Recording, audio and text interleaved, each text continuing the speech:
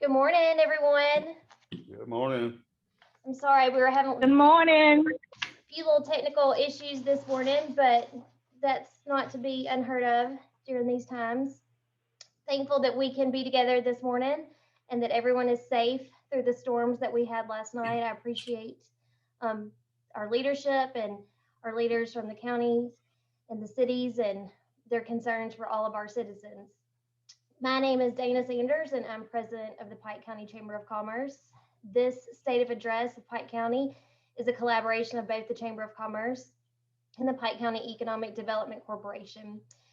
Both of our entities work as a catalyst in planning, promoting, and supporting businesses, and that's part of what this Zoom call is today, is to help our citizens understand our governments and important issues that impact our county.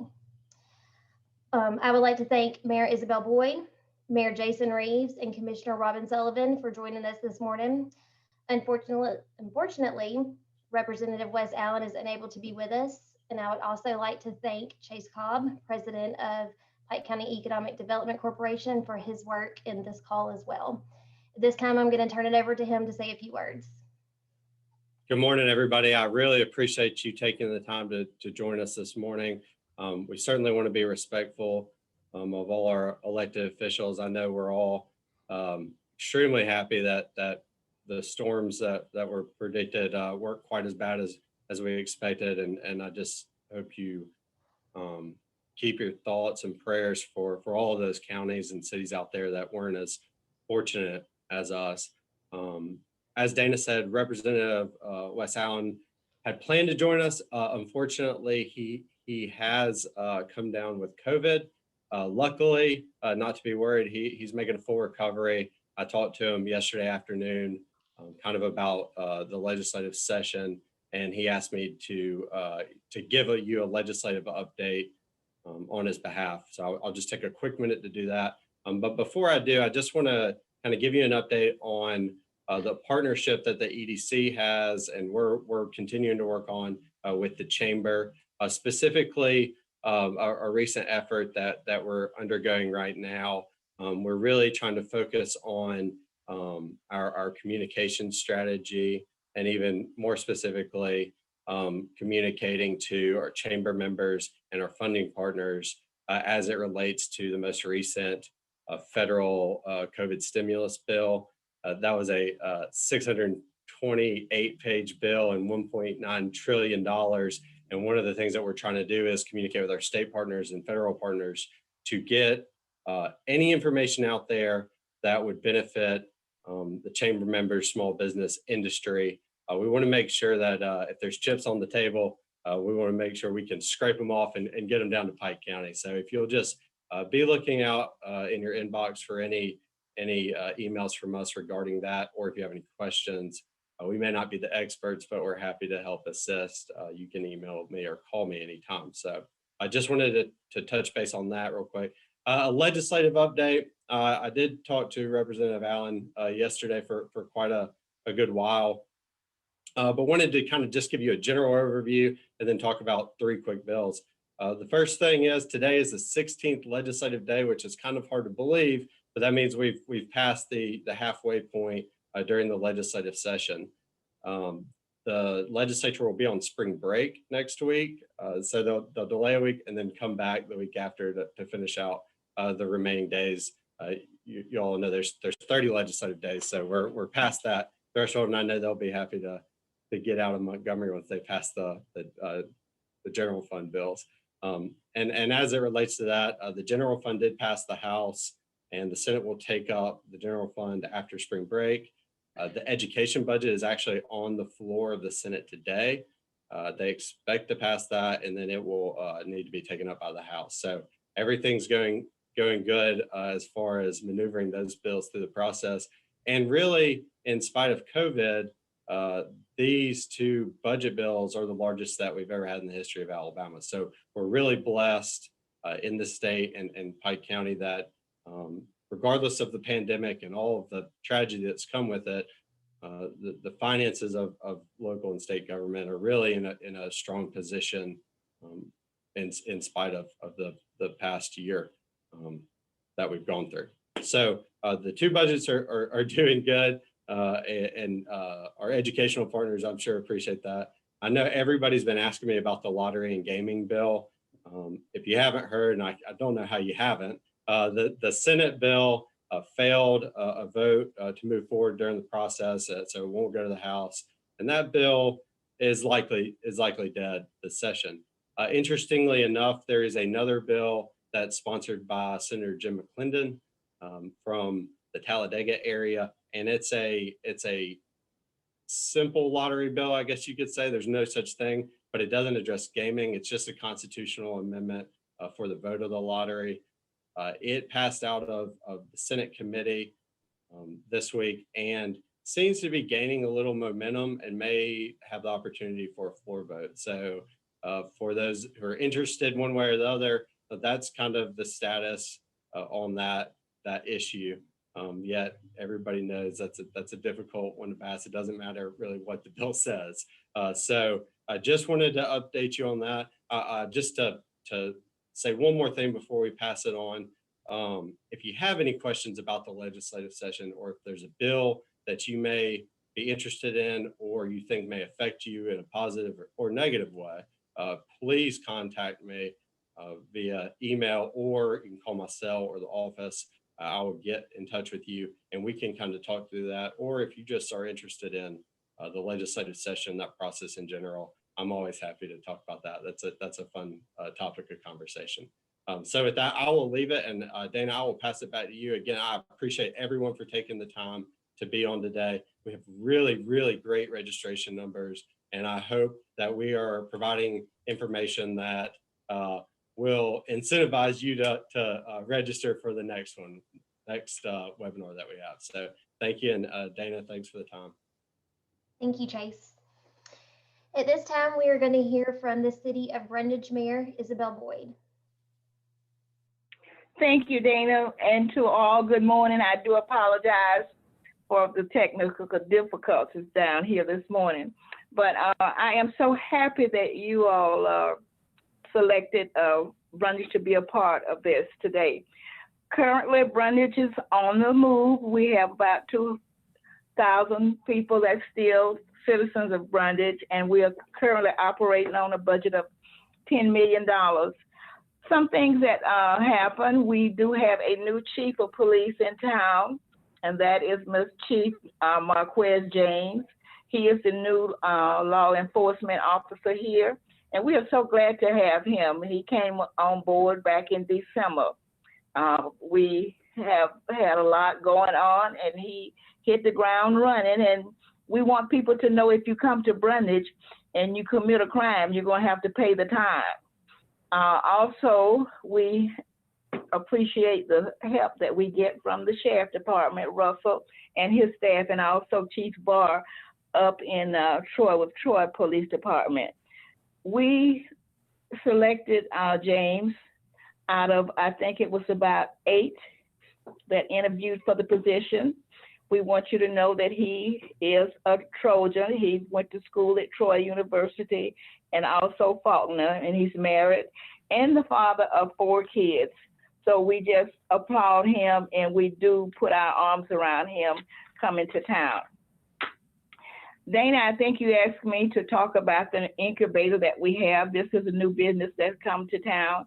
We got a grant, and through USDA, Marsha Gaylord was instrumental with that. Also, Brett Thomas put a lot of time into this before he passed away. And currently the business is ready for a ribbon cutting, which will be the 23rd, which is next Tuesday, I believe, at 1 o'clock. And all of the incubators are full, believe it or not. So if you get a chance, if you come by and see what's going on, we have people in there that's going to be doing hair, floral arrangement, t-shirts, facial makeup, and just a lot of things to let people know that they can come in, see if this is what they really want to do, and we encourage them within the next year to come to Brundage and buy a building. We have a building that's open downtown, and we're open for business. So that is some of the stuff that's going on here in Brundage. We do have some activities that will be community-wide. And I think on March 27th, if I'm not mistaken, you're going to have a big Easter egg hunt here. Sunrise service is going to be April the 4th at 6:30 at Bulldog Stadium. And we're also getting the kids registered for kindergarten through Pike County Elementary School, and that will be the 24th through the 26th of this month. Vaccines, get your arm ready because we have vaccines that's coming to Brundage. On Saturday, we're going to be doing about 200, and that's through the hospital here. They will be coming down to the nutrition center, and it's from 2 o'clock to 6 o'clock. And also the Pike drug store here have vaccine, and they are open from 8:30 in the morning to 6 at night, and on Saturdays from 8:30 to 1. So we're just open for business. A lot of the businesses that have been closed here, we have people that's in and they are trying to renovate the buildings, and we're trying to start, and we just have an open arm for people who can come in. Well, thank you, Mayor Boyd. And I appreciate your time with us this morning, and I appreciate all that you do for the city of Brundage. And Chase, and I appreciate. Thank you so very much. Thank you. At this time, we're going to hear from Mayor Jason Reeves from the city of Troy. Thank you, Dana. I appreciate everybody allowing me to speak with you.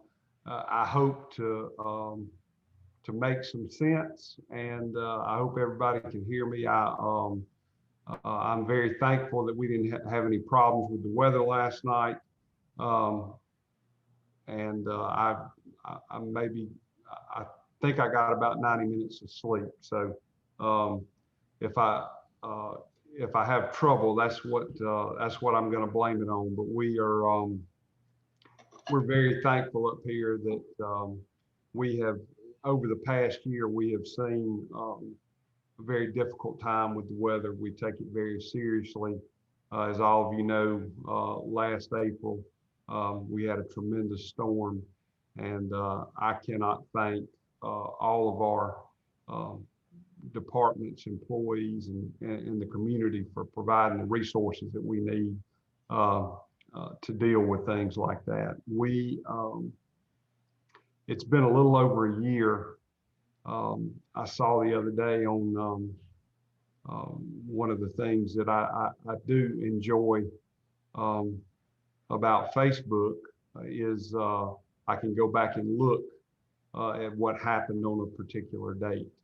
And it's been within the last couple of weeks that it marked the 1 year point from the first time that I had to put out a statement related to COVID. And looking back, there's been a terrible human toll that we've all faced, but I would have never believed that from a standpoint of resiliency and business, that we would have been able to perform as well as we did during that time. So now as we begin to move through that and into hopefully a more active and open community and city and county and state and throughout the country, we'll have the opportunity to do a lot of things that we haven't been able to do in a long time. And I'm very excited that that we're, the third weekend in April, I believe, is Troy Fest. It will, barring anything unforeseen, that is going to happen and move forward. So that is certainly a bright spot and an opportunity to look forward to.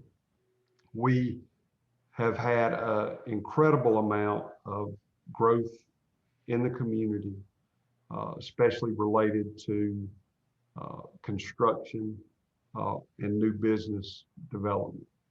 There are, and as you heard Mayor Boyd, and I know that Chairman Sullivan will mention, tremendous amount of new businesses coming online, a great deal of construction. We have seen a lot of increase there from even where we were 2 years ago. I had a call with S&P the other day, and the analyst was amazed at how far we'd come in the last 3 years. And obviously, if you ride around Troy, which I'm sure many of you do, whether it's 231 downtown, whether it's industrial, commercial, residential, we're seeing movement forward, which is so vitally important to the health, well-being, and long-term viability of not only our community, but everyone on this call. And so we're very grateful for that. We have, I know a lot of people are very interested in the new shopping center. It is very close. Some of the businesses may open in as little as 2 weeks, and more over the next, I'd say, up to about 6 weeks. And I'm, you know, it's such a, and I appreciate the community support. I appreciate the, you know, the county commission and their help there, chamber, EDC. You know, one thing we have in this community is a great deal of cooperation. And before we moved into this pandemic, one of the things that was really important to us that we were going to begin to focus on was finding ways that we could all work together, that we could eliminate duplication and get more for everybody, be more effective, more productive, because things that affect our community, whether it's the county, whether it's Brundage, Goshen, Banks, the city of Troy, it never stops at the city limit sign. It goes all over, and what is good for one of us is good for all of us. So we're very excited about all that. I tell you, I was the other day I was having lunch and ran into someone. He walked in and he looked at me and he said, "You're the mayor." And I had never seen him before. He had an accent that was definitely not from here. And I said, "Well, I don't know, am I?"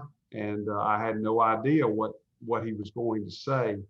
At the end of lunch, I went over and visited with him, and he was working on the shopping center. He works for one of the companies that's moving in there, and he does basically does the final opening on some of those things on that particular store all over the country. And I asked him, I said, we do our best to try to be business friendly, to make things run as smoothly as they can. I hope that we have measured up to what you've seen in other places. And he goes, "Well, you haven't. You've far exceeded anything that we've ever seen in regards to everything that was done." And that's a huge compliment to the people, from the fire inspector to the utilities, to the police department, to every aspect of our community, including all the local businesses that are involved, whether it's on a service level or other things. So that is that's exciting, and a reputation like that builds, and that's something that we need truly, from China Grove to Henderson, and from Goshen to Saco, and everywhere in between, especially Troy and Brundage, as we continue to move forward in creating jobs and improving quality of life. And that's what's critically important to us, is doing those things. I think that there are, I would expect, and that we're going to see businesses, everyone just about it is hiring. Uh, we're very excited about that. We had about 550 some odd people file for unemployment in January. We should be able in the coming year to create that many jobs or more. Very few people can say that. So we have a lot of opportunity. We also still have a tremendous amount of work to do, whether it's on workforce development, whether it's on job creation, quality of life, everything. So as we move into, we'll never be post-COVID, but as we move away from what has been this past year related to the pandemic, into what will be a new normal, I'm very excited about the future for all of our communities. And I want you to know that Troy stands ready to help not only everyone represented on this call, but everyone in the community as we move forward to improve and become the best community. And when I say community, I mean the whole county. We want to work with you, for you, and we're excited about the future.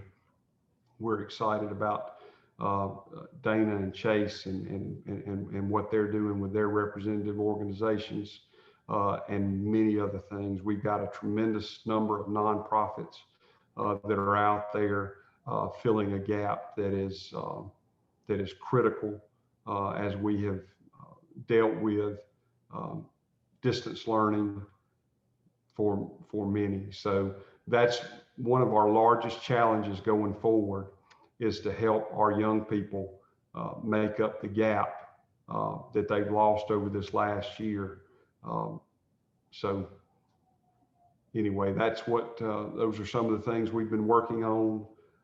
I think that more than my words could ever convey, I think what you see as we grow is very important. And we're excited about many projects, not only economic, but as I said, quality of life, things that we're hoping to open in the next year. So, and in, all parts of our community, north, south, east, and west. So I appreciate the time. Hope I didn't ramble too long. As I said, please forgive me for being a little tired, but I just praise God that nobody was hurt last night. And I'll say this, and I'll go, but when we have a storm system like we had, and we don't have any trouble, the most dangerous part of that is for us to think, well, the next time it won't be bad. And we can never, living where we do, we can never take for granted the weather. So thank you all for what you do in our community. Thank you for your service. And I appreciate you all very much. Thank you, Mayor Reeves. And I appreciate you staying up all night, and it's reassuring when you roll over and open up Facebook that your mayor is posting updates at 3 a.m. concerned about his community. So thank you for that, and thank you for your time this morning. And we hope you get a good nap in at some point today. At this time, we're going to hear from Commissioner Sullivan from the Pike County Commission. Well, I am excited for our community, and I'm also very thankful for our community and all the things that we have worked together to accomplish in these recent years.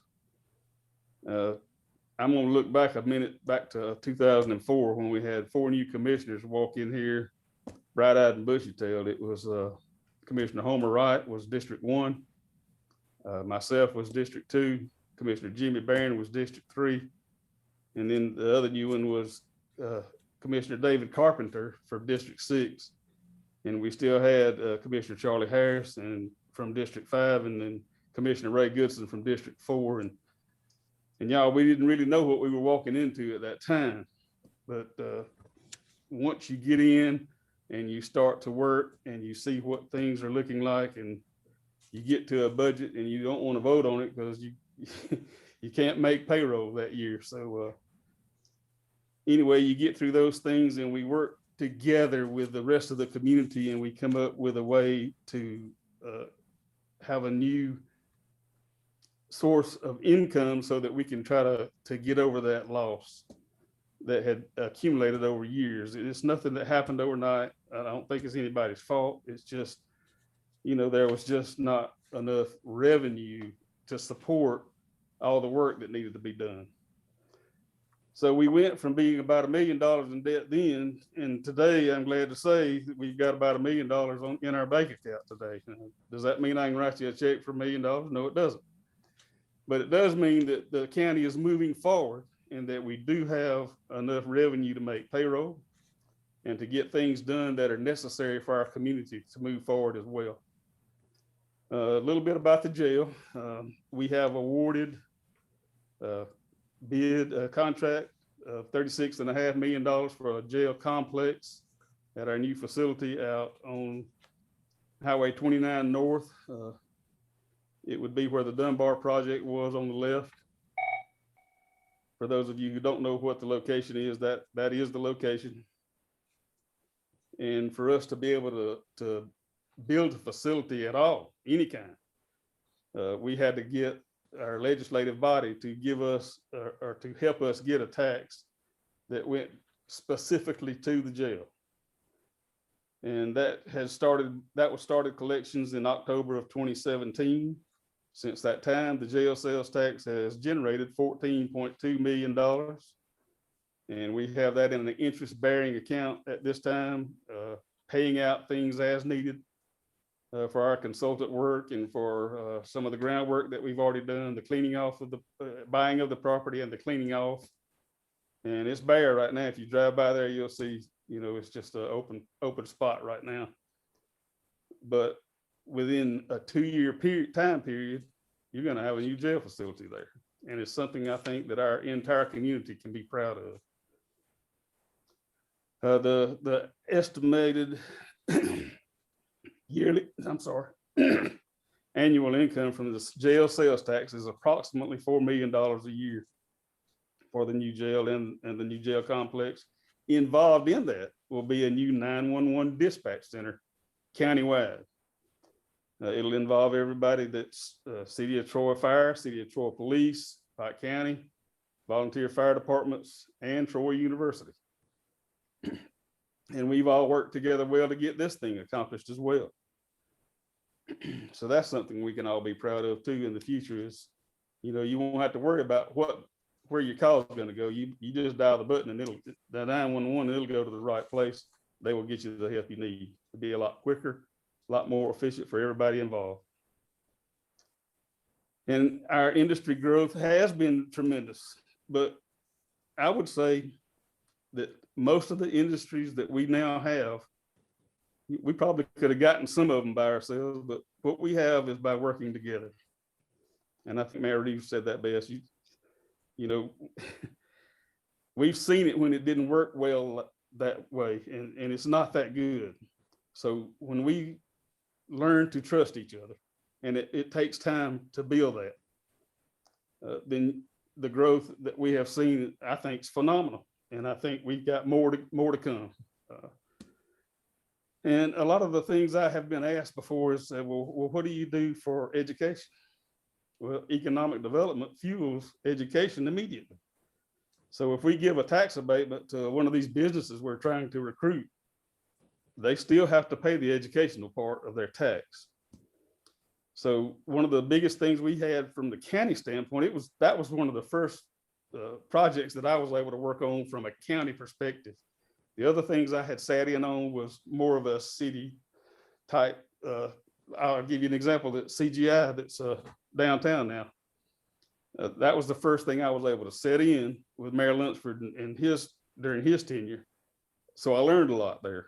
And I knew from a county perspective that we had to do whatever was necessary to attract Rex Lumber. And their impact was immediately $110 million investment in this county, created 150 new jobs. And there's at least $3.675 million in educational sales tax. I think that's a huge number. Lockheed Martin continues to expand. We're just so proud of our partnership with these new businesses and the existing businesses that we have. Their new job growth generates approximately $4.5 billion in educational sales tax.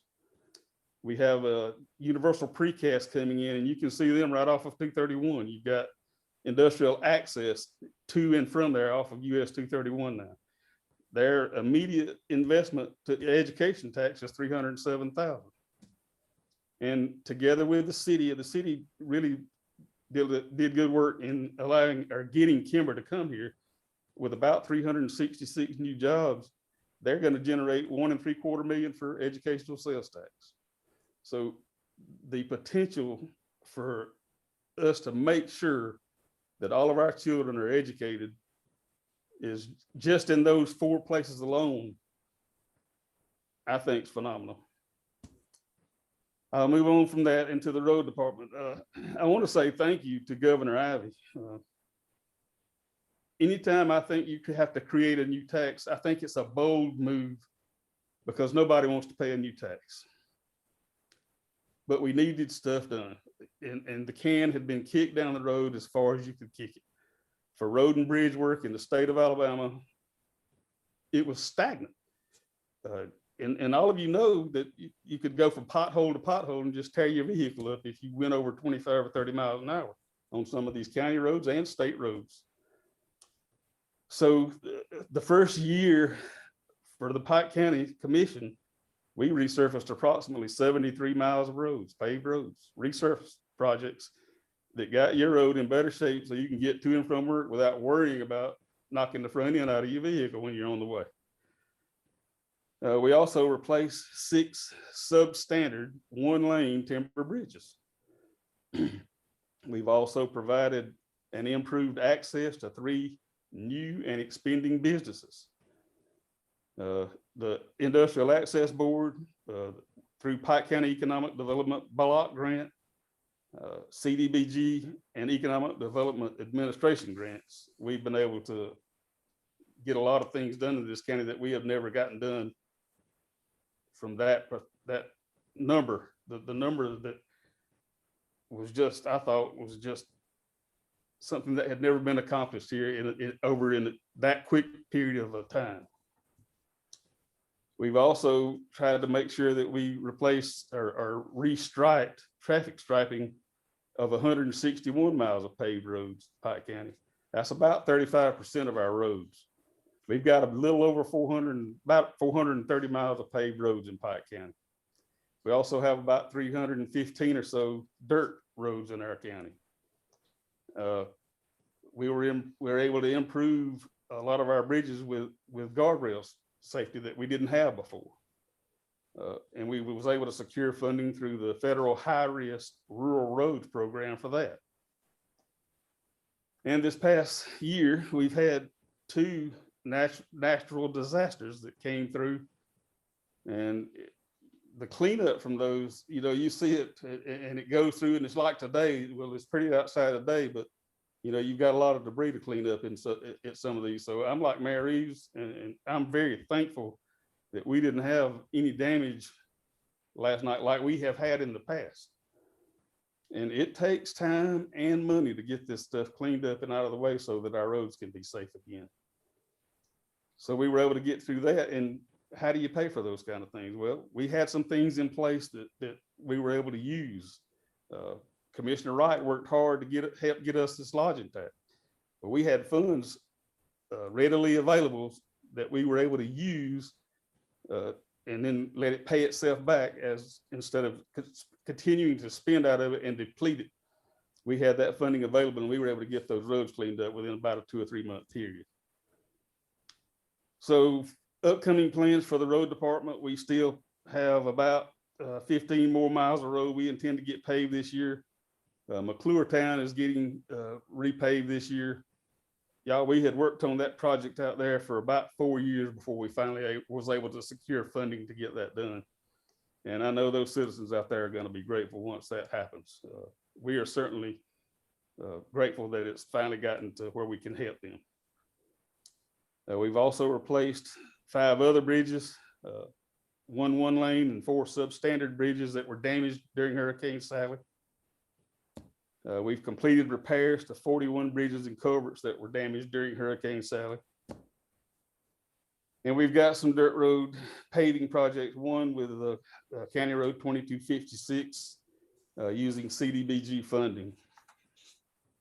And we've applied for some grants to have an additional lane and other improvements to County Road 2243 at Goshen Elementary.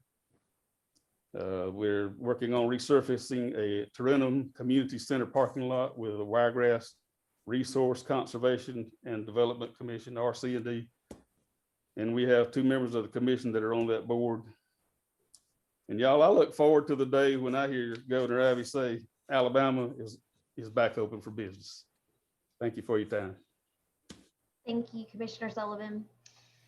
Well, I think that everyone can agree that there is a common theme in what everyone had to share today is that we are truly a team. Our city and our county governments are working together. Our EDC and our chamber are working together like never before. And I'm so excited to see the possibilities in the future for Pike County. Again, I would like to thank Mayor Boyd, Mayor Reeves, Commissioner Sullivan for their time this morning. And I would also like to thank Chase Cobb for his collaboration in this project. Please know that your EDC and chamber team are working hard to recruit and sustain business and industry in Pike County. And if you have any questions, please don't hesitate to reach out to Chase or myself, and we'll be happy to help you. Thank you for joining us this morning. I hope everyone has a great day. Goodbye.